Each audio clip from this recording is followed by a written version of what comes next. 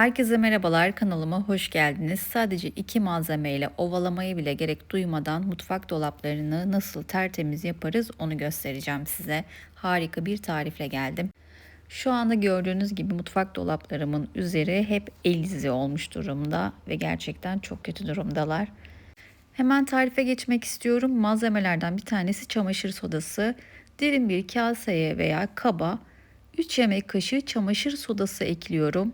Diğer bir malzeme de tabii ki de temizlikte olmazsa olmazım Arap sabunu. Arap sabunundan da 2 yemek kaşığı ekliyorum.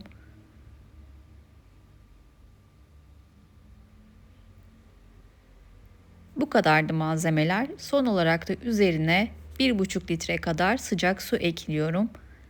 Böyle mikrofiber, yumuşak bir bezle bütün mutfak dolaplarını ovalamaya bile gerek duymadan bu şekilde temizleyebilirsiniz. Sildikten sonra isterseniz kuru bir bezle de üzerinden kurulama yaparak geçebilirsiniz. Bu karışımı aynı zamanda kapılarınızı silmek için de kullanabilirsiniz. Hem lekeleri gideriyor hem de parlaklık veriyor.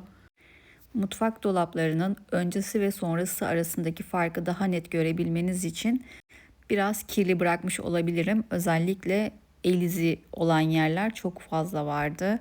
Davlumbaza yakın olan dolap tarafları çok fazla yağ lekesi olmuştu.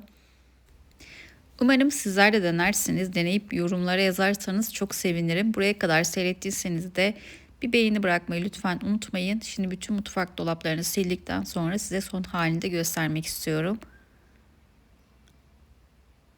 Şöyle son hali de bu şekilde arkadaşlar.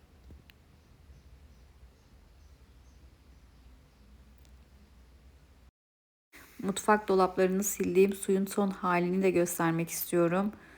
Video bu kadardı. Kendinize çok iyi bakın. Bir sonraki videolarda görüşmek üzere. Hoşça kalın.